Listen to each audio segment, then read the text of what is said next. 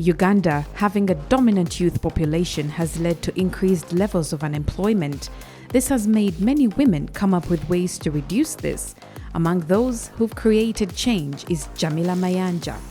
Jamila is the founder of Smart Girls Foundation Uganda, a non-profit girl-centered national organization that empowers and mentors girls to speak out, be decision makers, and create visionary change. Jamila is indeed a woman in the lead. A woman in the lead is a woman who is on the forefront, empathizing, mobilizing, influencing to create change and to give back, really.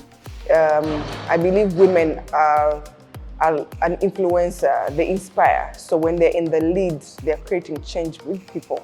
Her desire for girls to compete favorably in male-dominated job spaces led her to start Smart Girls Foundation so as to equip youths with skills that will help them start up their own projects. What I do, I started Smart Girls Foundation Uganda to empower and support young women, but doing it in a different way.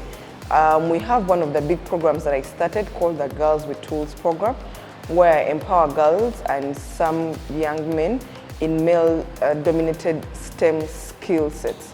That is carpentry, welding, electricity installation, mechanics, house painting. We also add a little bit of tailoring, and we're introducing construction. So the idea is to give them on-job business skilling so that they can learn a skill where they create products or a service to be able to gain money by themselves. Jamila holds a bachelor's in business administration. Her first job was at SMS1, a leading software company in Uganda. She transitioned from corporate employment to social entrepreneurship to establish her Smart Girls Foundation Uganda.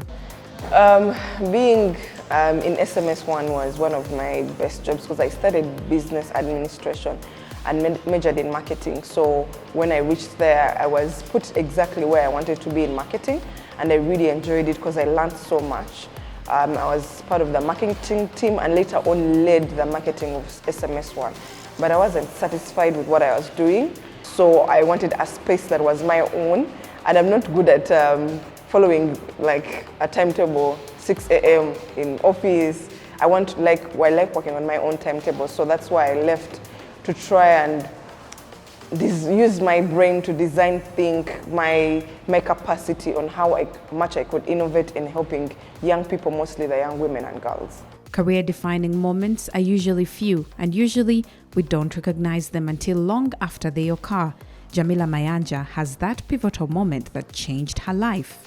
The one that really stands out was there are so many, but one was my Obama moment when I was in the US and at the fellowship, the Mandela Washington Fellowship, and then I was talked out by President Obama about the work that I do. Really inspired me so much. That was now an amazing moment. And for me, eventually coming to my own space, this space was also my amazing moment.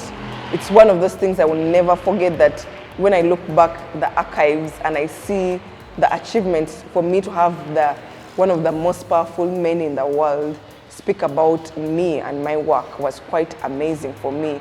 And also me actually finally standing alone and having my own space and empowering more girls was one of those moments I can't forget. Like many women in the lead profiled on CTV, Jamila has also had many times when she felt like giving up. Oh my God, there have been so many. One of them, of course, has been COVID.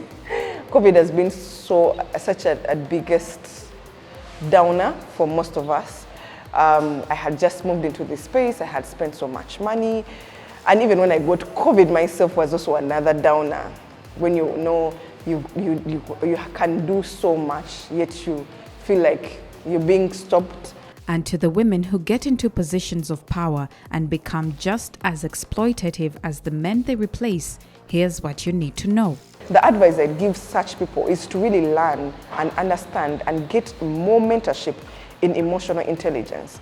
And I won't lie, those are some of the things that led me out of the corporate world to create my own corporate world that has even power, but still have leaders that understand emotional intelligence when it comes to leadership. If she could turn back the clock 20 years ago to speak to her younger self, this is what Jamila would have to say.